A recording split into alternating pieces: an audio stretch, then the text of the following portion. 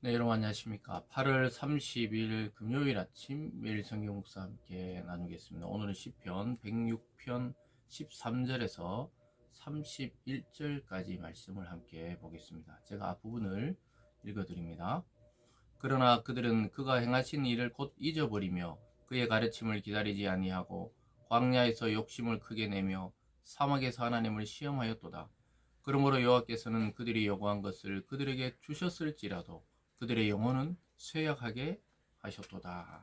아멘.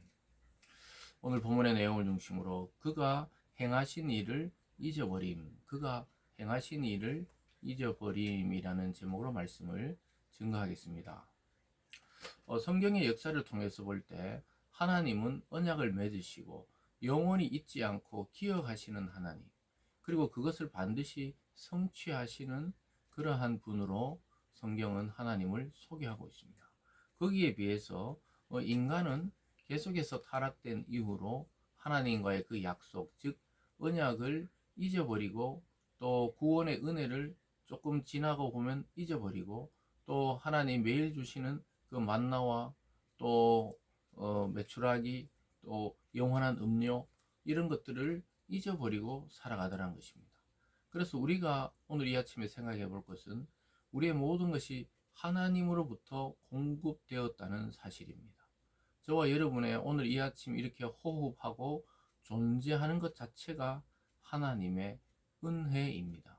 우리가 만들어낸 하루, 또 우리가 만들어낸 새 날이 아니고 또 우리가 만들어낸 공기나 또는 눈에 보이지 않는 여러 가지 우리에게 필요한 것들이 이미 창조되어 있는 그 하나님의 세계에서 공급된 것을 가지고 우리가 호흡하고 먹고 마시며 누리고 있다는 사실을 우리는 늘 잊기 쉽습니다. 그래서 오늘 이 아침에는 우리가 하나님이 행하신 일을 잊어버리지 말라고 오늘 이 교훈하고 있습니다. 그러나 이스라엘은 계속해서 하나님을 잊어버리고 그들이 필요한 것을 채우시는 하나님을 잊어버렸기 때문에 하나님께서 그들이 요구한 것은 들어주셨을지라도 그들의 영혼은 쇠하였다고 평가하고 있는 것입니다. 그래서 욕망에 따라서 사는 사람들은 우리 영혼이 늘 흔들려요. 신앙이 늘 불안합니다. 믿음이 늘 흔들려요. 왜냐하면 자기 욕망을 따라 살기 때문에 그렇습니다. 그래서 때로는 하나님이 그런 기도들도 들어줄 때가 있습니다. 그러나 그것이 참된 복은 아니라고 말씀하고 있죠. 그래서 이렇게 말합니다. 14절에 광야에서 욕심을 크게 내며 사막에서 하나님을 시험하였도다. 그러니까 그들이 백성이 만나와 메추라기를 먹이고 또 이렇게 했는데도 불구하고 그들은 불평과 불만 또 하나님을 시험하다가 불뱀에 물려 또 많이 죽기도 하고 또 그 노뱀을 세워서 바라보라니까 바라보지도 않고 자기 멋대로 살다가 불뱀에 물려 죽기도 하고 그 영혼의 시험을 받았죠. 15절에 그러므로 여호와께서 그들이 요구한 것을 그들에게 주셨을지라도 그들의 영혼은 쇠약하게 하셨다. 이 굉장히 무서운 말씀입니다. 하나님이 우리가 원하는 대로 살도록 내버려 두셨다는 거예요.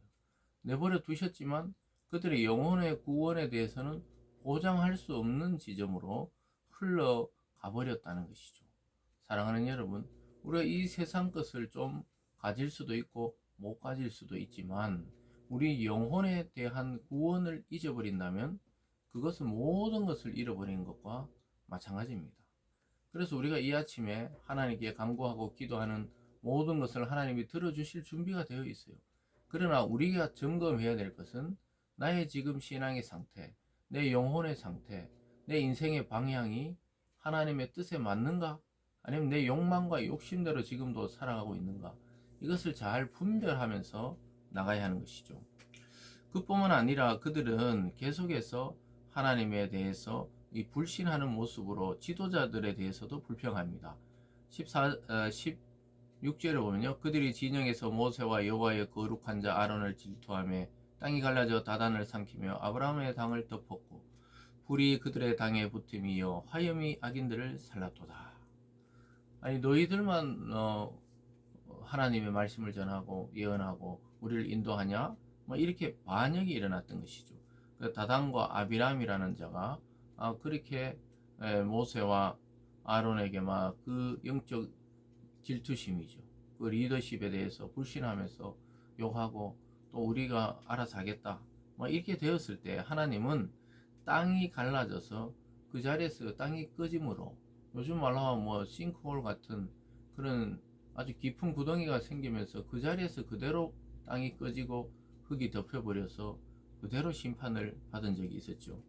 그래서 그것은 모세와 아론의 능력이 아니죠. 하나님이 세우신 모세와 아론에 대해서 대적하는 것은 하나님을 대적하는 것입니다. 왜 그런지 아시죠? 하나님이 세우셨다. 이 주체가 누구죠? 모세와 아론이 아니에요. 하나님이 그들을 세우셨어요. 그들이 능력이 있고 없고, 그들이 잘생기고 못생기고, 그들이 세상에 학벌이 있고 없고, 이런 문제가 아니라니까요. 이 영적인 세계는 아주 하나님으로부터 시작되었기 때문에 주의해야 됩니다. 그래서 우리가 영적인 리더들에 대해서는 우리보다 부족한 부분이 있을 수도 있고, 또 세상 속에서는 알아주지 못하는 그런 부분이 있을지라도 존중하고 순종하는 마음으로 그들이 전하는 말씀을 취해야 하는 것이죠. 그 자체 전체를 우리가 다 바라볼 수는 없어도 그 말씀 자체에 대해서 증거하는 자들을 존중하는 것이죠. 그러한 질투 때문에 결국은 그들이 망하게 되었다. 또 다른 불신은 뭐냐? 결국은 호렙에서 금송아지 사건이 있었죠. 모세가 하나님의 말씀을 받으러 올라갔을 때 그들이 그 시간을 기다리지 못하고 밑에서 자기들이 인도하신 신이라 하면서 금으로 송아지를 만들어서 부어서 우상 숭배했던 적이 있었습니다. 19절에 보면요. 그들이 호렙에서 송아지를 만들고 부어 만든 우상을 경배하여 자기 영광의 풀먹는 소의 형상으로 바꾸었도다. 애굽에서 큰일을 행하신 그의 구원자 하나님을 그들이 잊었나니. 아주 놀랍게도 출애굽에서 모세가 호렙의 그 시내산에 올라가서 하나님의 말씀을 받는 그 40일 동안 그들은 그 기간을 참지 못하고 우리를 인도하던 자가 어디 갔느냐 하면서 그 모세의 형 아론을 통해 우리를 인도할 하나님을 만들어내라고 이렇게 하면서 자기들이 가져왔던 금부치들을 다 모아서 금송아지를 부어 만들고 거기에 경배하고 춤추고 놀고 있었죠. 그래서 하나님이 자기 영광을 풀먹는 소의 형상으로 바꾸었대요. 아무런 능력이 없는 그 소, 인간보다 훨씬 하등한 그 소를 하나님이라 여기고 숭배하는 어리석음에 빠져버린 것이죠. 오늘날 우리 믿음의 사람들이 이러한 금송아지를 만들어 섬기지는 않지만 사실은 하나님보다 돈을 믿고 하나님보다 건강을 믿고 하나님보다 인간관계를 믿고 이런 적이 우리는 너무나 많다는 사실을 하나님 앞에 솔직히 고백해야 되죠. 그게 금송아지예요. 하나님보다 더 하나님처럼 섬기는 게 있다면 그게 금송아지 우상이나 마찬가지입니다. 하나님이 싫어하시는 거예요. 하나님을 최고의 자리에 두지 않을 때 우리에도 이 최고의 자리에 하나님이 올릴 수가 없는 거예요. 그래서 이렇게 말하고 있죠. 하나님께서 이렇게 말합니다. 그러나 그래서 하나님이 싹 쓸어버리려 했을 때 모세가 중보합니다. 23절의 중간에 보면 그가 택하신 모세가 그 어려운 가운데서 그의 앞에 서서 그의 노를 돌이켜 멸하지 아니하게 하셨도다. 역시 지도자지요. 지도자는 자기가 백성을 이끌고 나왔기 때문에 하나님을 말리죠. 하나님 여기서 다 죽여버릴 수도 있지만 그렇게 하시면 출애굽한 그 이유가 무엇입니까? 목적이 무엇입니까?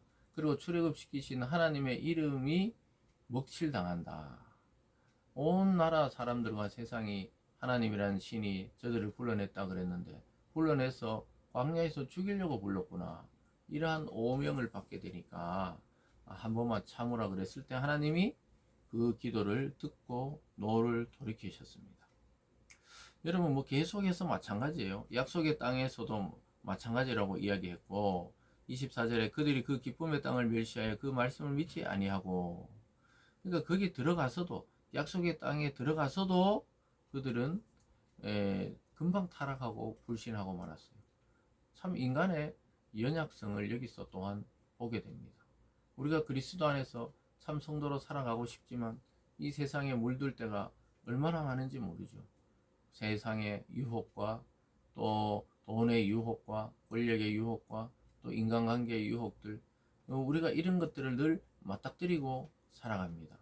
그럴 때 오늘 이 말씀을 기억하고 잊지 말아야 되는 것이에요. 그래서 이스라엘이 망한 것은 우상숭배라고 이야기하고 있습니다.